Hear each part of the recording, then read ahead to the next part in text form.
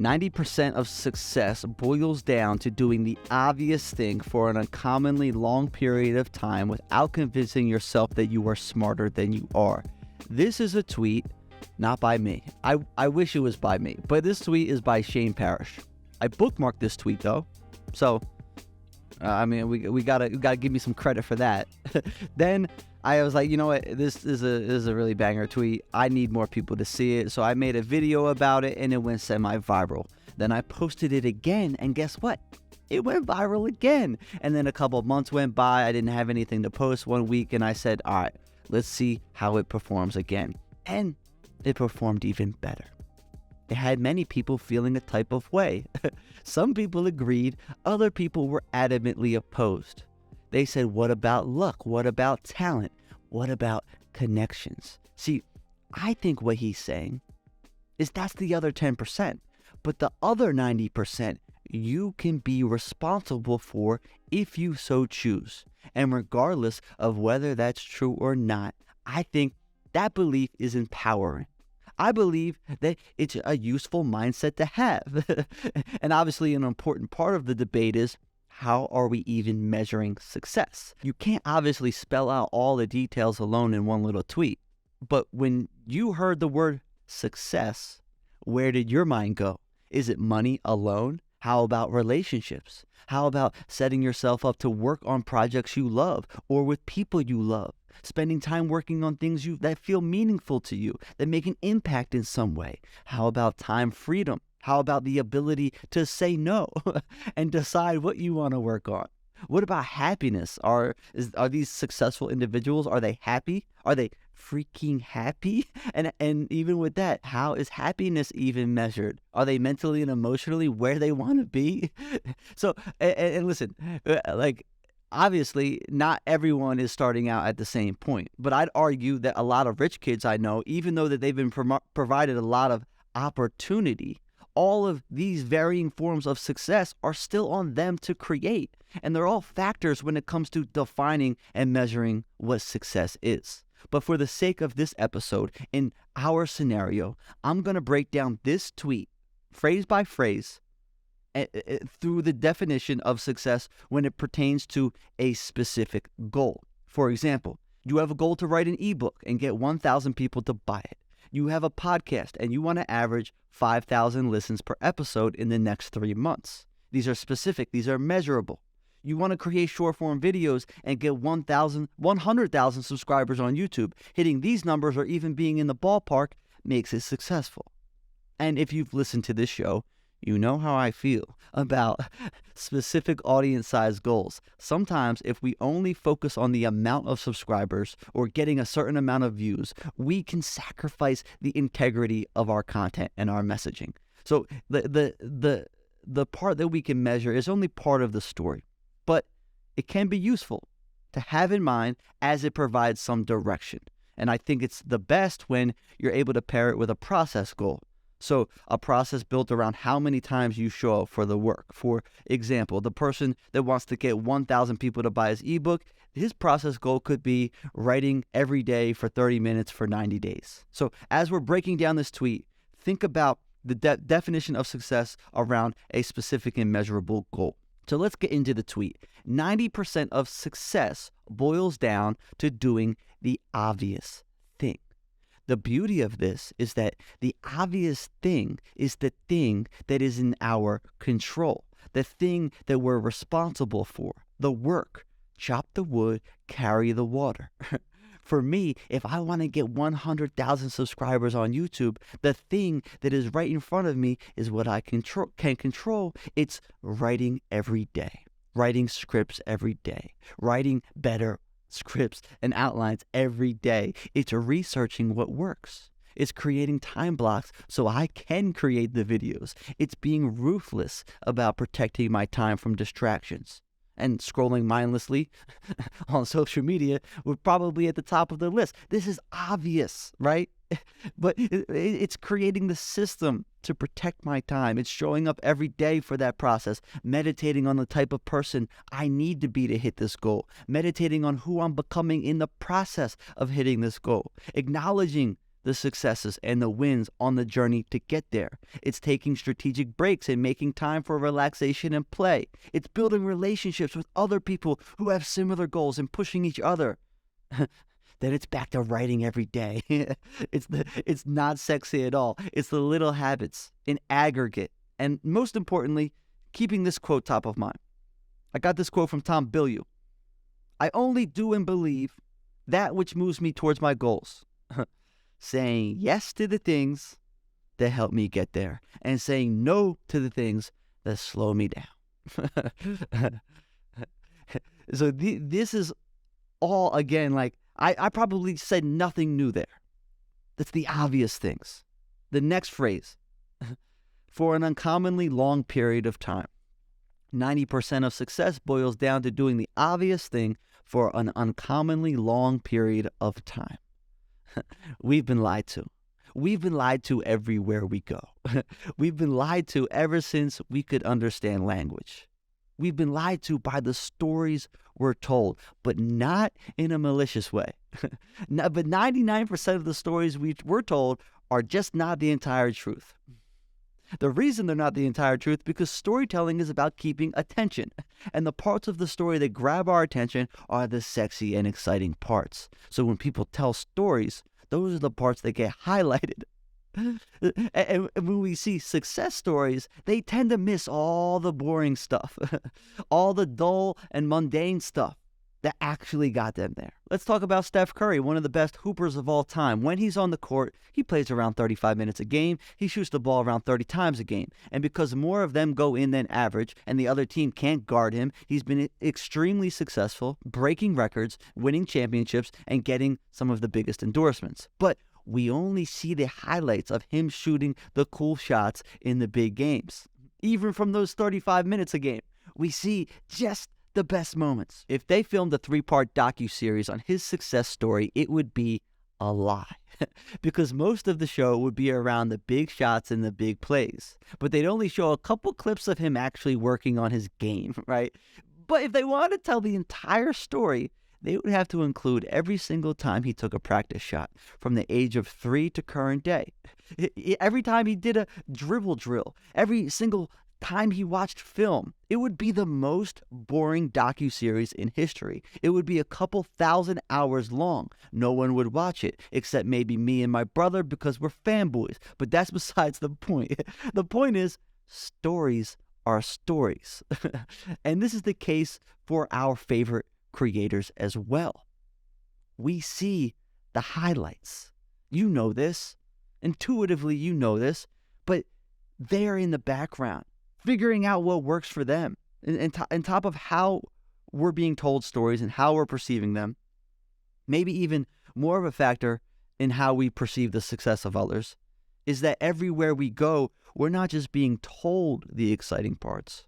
We're being sold only the exciting parts from a very young age. It's a strategy used by the smartest copywriters in the world. We walk through the grocery store and we see magazine covers that say 10 tricks to get you 8-pack abs in 30 days. Then we go online and we see a similar ad. Then we watch TV and it shows us the before and after pictures. And then we see that same message over and over again. It's a quick fix. So we're conditioned to think that what it takes isn't an uncommonly long period of time. It also conditions us to think that we're not enough. Because if you think about an ad, right?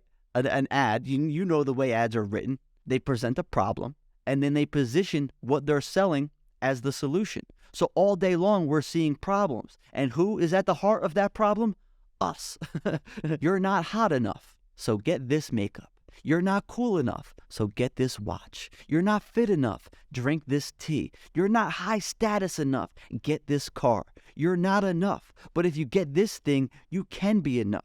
How many ads do we see a year? Every one of them telling us that we're not enough. So no reason that we don't think we're capable of amazing things. Then they package that idea of us not being enough with how their thing is the quick fix. And the idea of this quick fix is pervasive through the world of digital creators. Do these 7 things, make 6 figures. Quick hacks to get 100K subscribers. How to go viral every single time. And listen, there are cases where people do seem to make those jumps. But usually, the majority of the time, there's a lot more going on behind the scenes. Typically, it's because someone was honing a skill in some way for a bunch of years and then applied it to a different vertical. For example, someone was editing videos for clients for 5 years, then decided to make their own channel.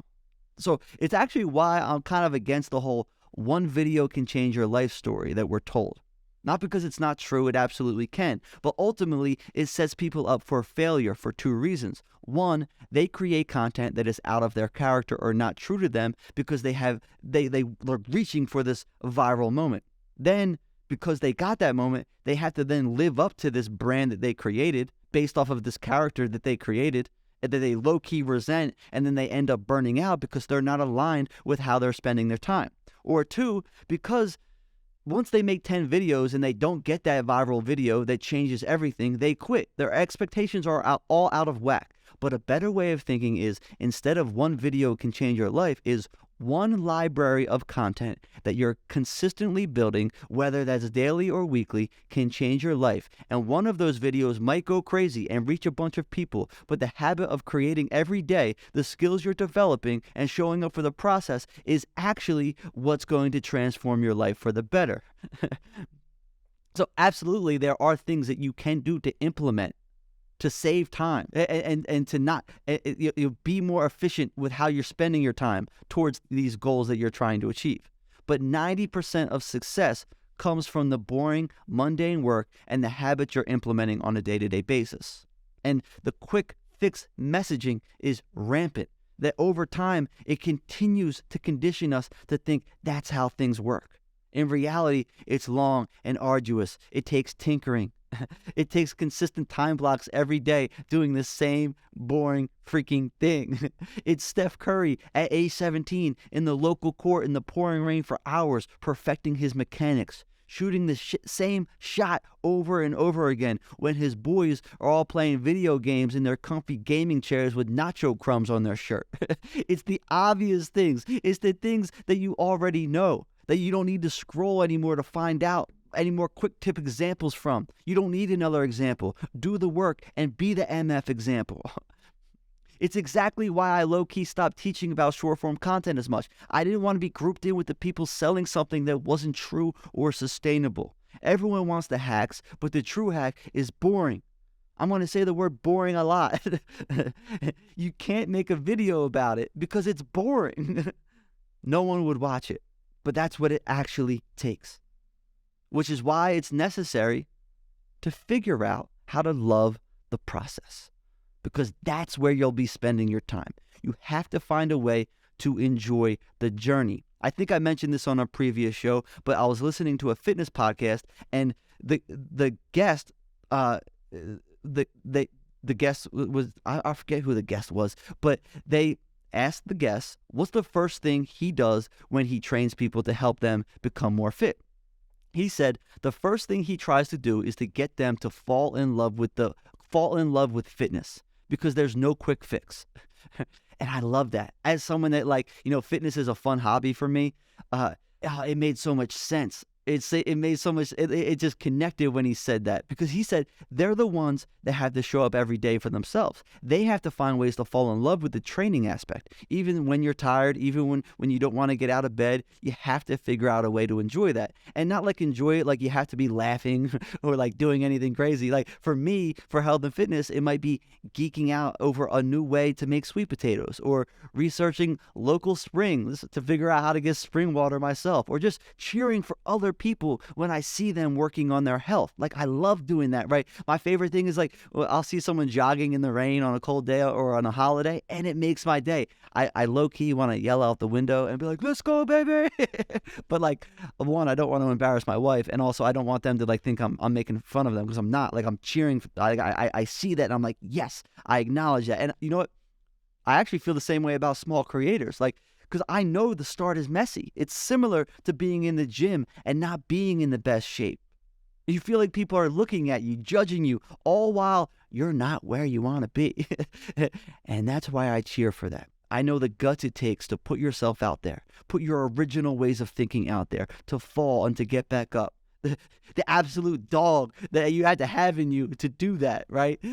I know you're cooking. I see you and I acknowledge it. And I don't care if your goal is to get 5 million followers or if you're at a full-time job that you just don't love and you want to make a YouTube channel about watercolor to make an extra rack a month, or you're a waitress that wants to start a podcast about pickleball, or you're a music teacher that wants to make a newsletter that teaches other music teachers how to teach music.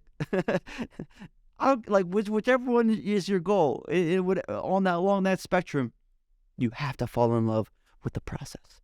You have to be cool with swinging the bat and missing 100 times. That's in the job description. And instead of sulking when you miss, you wink at the pitcher and you hop right back in the batter's box because you are built for this. You got to find ways to say, you got to keep coming back to this. How do I fall in love with this? As a creator, for me, I can tell you what I do. Part of the fun is actually tracking the progress and acknowledging the work that you put in.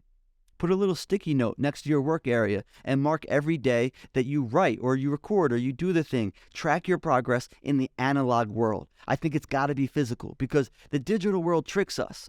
Since nothing is tangible, it's harder to see any actual movement. And I'm not just talking about movement in terms of followers or audience. I'm talking about forward actions that you're taking and skill development, actual time spent developing skills. Every time I write 30 minutes, I put a little tally on a sticky note next to my workspace. And when I see a check mark every day that I wrote 30 minutes and it starts to add up, and then after 30 days, that's 900 minutes that I spent improving a skill set, right? True learning doesn't come from consumption. True learning comes from application. So what's a better use of time? Watching 900 minutes on tips on how to write or writing for 900 minutes? Is that math right? I think I did that math right. 30 times 30? I don't know. Yeah, that's right. And while you're doing it, the same way I cheer for small creators and people working out, I need you to cheer for yourself. Acknowledge yourself. Be kind towards yourself. If you have a busy day and you're only able to work on that personal project for 20 minutes, amazing. I don't even know the psychology behind it. I know that it works though. Acknowledging the actual work that you put in seems to reinforce that forward behavior, that forward action. The actual work tends, especially as creators, the actual work tends to get overshadowed by the reinforcement we get from followers, likes, comments, money, accolades, all of those things. We forget the thing that's actually getting there. So it's so important to recognize you and appreciate you for making this time, for creating this system, and focusing on the boring stuff that leads to these outcomes. On top of that, what I would say is pick an arbitrary number, right? So once you hit this streak, give yourself something, right? Get a massage, eat your favorite pizza, do something physical that you can link directly towards that work in that time that you put in. Something that I haven't done, but I think it'd be a fun idea is get a bunch of marbles on Amazon and then get 2 mason jars, right? Have one jar filled up as work potential. And then every time you do a time block, take one jar and put it in the next jar. It's kind of minor, but it makes it physical, right? You can feel it. It's tangible. It's real. I got an embarrassing story to share. So I got a lot of embarrassing stories, so this is just one of them. But I got this creek by my house. I walk down there with my dog, and I do these little meditative walks midday, right? After sitting in front of a screen for a while, it's just how I clear my mind, and I like it. I like getting in the nature for a bit. At the same time, I've been trying to do these cold plunges, and I don't have a cold plunge. They're super expensive. I do the cold showers or whatever. But I want to do the cold plunges, right? Because you see it on Instagram, it looks cool, right? But I don't have a cold plunge. But I got this creek, and every day I go down there, it's super shallow, but I can't jump in this creek, right? Because it's shallow, it's ankle deep, right? So One day I'm down at the creek and I had this brilliant idea. If I could build a dam, it could create a pool and I could do these cold plunges. So as an experiment, I just tossed some rocks in and it didn't really do much the first day. Then the next day I went down there, I tossed a couple more and it didn't really, again, do anything. But after about 10 days of doing this, it would start to be this like miniature bath in the water. And I was like, all right, we're getting somewhere. And to be honest, it's still way too shallow for a legit cold plunge. And I did get the sense that the local beavers were talking trash on it, but it's definitely way better than I thought it would be. And the point is, it's hard to feel progress in the digital world, right? But I could see this dam. I could touch it. I could feel it. It was rewarding. But when it's just video uploads, it's easy to forget what you're actually doing, right? Like it doesn't, you work for a month straight and you're like, all I did was press a button, you know? It's like hard to actually feel the work that you're putting in. So you have to connect the forward actions to something in the analog world. You can get creative with it however you want, right? Find a technique that works for you. This reinforces that you are the type of person that shows up for the work and that you can point to this and you can see your commitment to the process. You can see that it is real because it's not just one quick fix. It's all the little actions each day that add up to create that forward movement. So let's go into the next part. Without convincing yourself that you are smarter than you are. 90% of success boils down to doing the obvious thing for an uncommonly long period of time without convincing yourself that you are smarter than you are. We trick ourselves. We're creative people, right? So we trick ourselves. we got ideas. So we try to overcomplicate things. It needs to be perfect, so we procrastinate. We see a new idea and we start going for that. You ever do that? You create a new project as a distraction from the real work. As you get further into a project, right, you're going to have brilliant ideas that pop up that aren't related to what you're working on. And when that happens, just make a list wherever you make lists and call it future projects. But right now, refocus your attention to what is right in front of you with the resources that you have access to. Unless you're entirely sure that you want to abandon this current project, like you know in your gut that you just need to be spending time on something else, that's cool. Listen, I've been there too. And if you do, just do that and fully commit to the next thing. But most of the time, these new ideas just turn into us building 10 little random ideas with the bricks. Bricks being a symbol of the time blocks that we have for creative work, instead of building a foundation for a mansion with these bricks. See, I find that most of the time, especially for creative people, as soon as they're about to publish something for the world to see, they magically have another idea that they want to pursue. And it's not about the new idea, though. It's about protecting their ego from what people's opinions on their original work might be that they spend so much time on, because that thing that we created is essentially part of our identity, right? And if the world judges that, that means they're judging us. So we want to avoid that. And a great way to do that is to have a new, so-called, better, bright idea. But in reality, that's just another form of hiding. Or we trick ourselves about the idea of perfection, another form of procrastination. Instead of starting by getting one customer through the DMs, we had to create an entire 20-module, 8-hour course with a new website and promotional landing page, right? Like, instead of just getting someone from A to B, instead of creating just a portion of a song, putting it on TikTok and seeing how the audience responds, then building it from there, we create the entire album for months at a time, make 10 different versions of the cover art, shoot 5 different music videos, and then we put out the song. Instead of starting a podcast by setting up one recorded call with someone that we're curious about, we construct a master plan to have a TV-like studio, all the cameras, top-end mics, and all the flashy editing.